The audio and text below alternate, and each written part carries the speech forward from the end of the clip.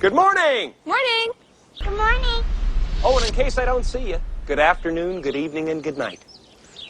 The Truman Show is a movie about a man named Truman Burbank who was adopted by a corporation before he was even born for the express purpose of exploitation in a reality show.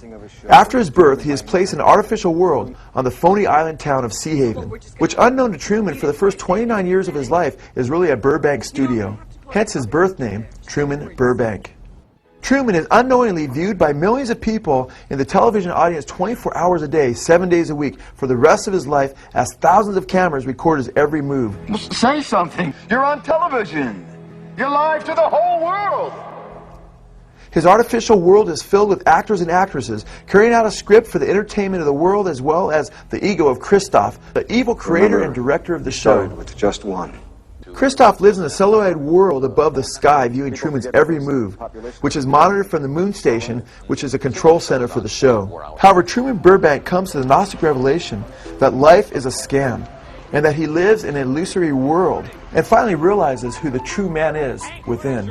It doesn't take a genius to realize that beyond the surface of a reality show gone overboard, that the two men most responsible for manipulating poor Truman's life are named Moses and Christoph, or C-H-R-I-S-T-O-F, Christ off. Unmistakable references to both Moses and Christ, the central personages of both the Old and New Testaments. Even as Truman finds the true man within, we also discover that Christ is way off as he seeks to exploit others to his own twisted glory. Just as God offers Moses the promised land, so director Peter Weir states that, quote, what Christoph proposed to Moses was unprecedented and staggering in its scope. He showed Moses plans for a new studio on a large parcel of land in Burbank, California. The studio was designed by ex-NASA scientists who had been working on a sealed environment for humans to live and work. The world that Christoph and Moses run is one of enslavement, wherein Truman is duped into accepting limitations of a fabricated world that is passed off as real. To keep Truman from discovering the truth that the creation is a sham, Christoph cruelly manufactures then exploits Truman's fears.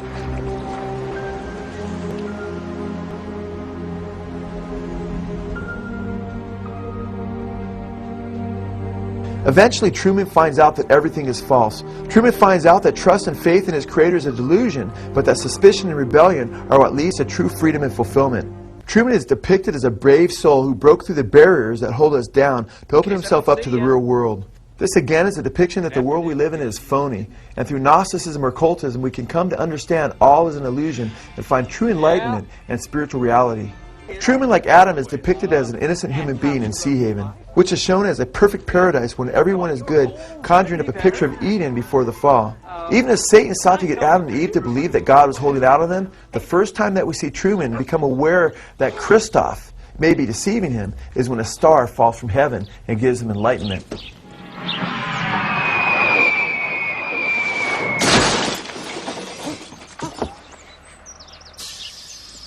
Truman casts his gaze upon the strange light that has fallen from heaven. He discovers that it is labeled, quote, Sirius 9 Canis Major.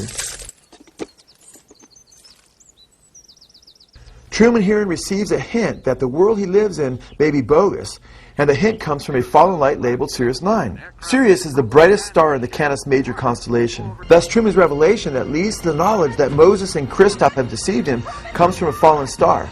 It just so happens that Satan, who led Adam and Eve astray, is depicted in Scripture as being a fallen star. The prophet Isaiah stated, quote, How you have fallen from heaven, O Lucifer, son of the dawn! You have been cut down to the earth, you who have weakened the nations. But you said in your heart, I will ascend to heaven. I will raise my throne above the stars of God, and I will sit on the mount of assembly in the recesses of the north. I will ascend above the heights of the clouds. I will make myself like the Most High. Nevertheless, you will be thrust down to Sheol, to the recesses of the pit. Isaiah 14:12-15. Philip K. Dick, who, as we have seen, has influenced several Gnostic movies, claimed that spirit entities from the star Sirius are using him and others in popular culture to awaken the world to the truth that we are in a fabricated world like that of Truman's. There's a vast amount of Gnostic occult literature which identifies the star Sirius with Gnostic revelation and satanic forces. In Philip K. Dick's exegesis of Valis, He states that he is possessed by a spirit entity that claims to be from Sirius, and that Sophia is going to be born again, and that the insane creator will be overthrown, and that, quote, invaders, end quote, using telepathic powers that have emanated from the planet star system Sirius, covertly influence our history toward a fruitful end, and eventually a new occult age will dawn. In Morals and Dogma, Albert Pike states, quote, the blazing star of 5 points, end quote, or the pentagram of the Masonic lodges represents Sirius, the guardian and guide of our souls. Satanist Aleister Crowley identified his own spirit guide to be both Satan, whom he also referred to as Sirius. Truman experiences Gnostic initiation through 3 means of revelation that mirror Gnosticism. He experiences it from the fallen star that gives him knowledge, representing Satan. As we have seen, Gnostics recast Satan disguised as Sophia, who fell from the ultimate depth, and then in an act of self-redemption seeks to save humanity from the evil creator. Even as Gnosticism teaches that Eve set Adam free from the evil creator, Truman becomes enchanted by a woman he sees sitting by a tree. Her stage name, as part of Christoph's script, is Lauren, but feeling compassion for Truman Burbank, she reveals her real name as Sylvia and seeks to reveal to Truman covertly that he is being deceived by Christoph and Moses, and that the world he lives in is phony. Truman, What do they want? listen to me. Everybody knows that. Everybody knows everything you do. They're pretending, Truman. Do you understand? Everybody's pretending. I don't know. No. My name's not Lauren. It's Sylvia. My name's Sylvia. Yeah. Lauren, sweetheart, not again. Hey, wait a minute. Who are you? Truman, please, don't listen to him. Everything going I've on? told you is the truth. Please. It's fake. It's all for you. I don't And the understand. sky and the Come on, sea, honey. everything. It's a set. I don't It's a believe show. it. Everybody's You'll be all watching right. you. Please, don't Please, listen to him. Lauren. He's gonna lie to you. Watching us right now. I really would like to know what's going on. Just as Eve was cast out of Eden, so Sylvia is forcibly taken off the scene and eventually cast out of the Sea Haven paradise. This happens when an actor pretending to be her father lies to Truman and forcibly removes her from the island paradise. This is a depiction of Yahweh falsely claiming to be the father of Eve and in fact having no real right over her real destiny. Fiji. We're moving to Fiji. Fiji?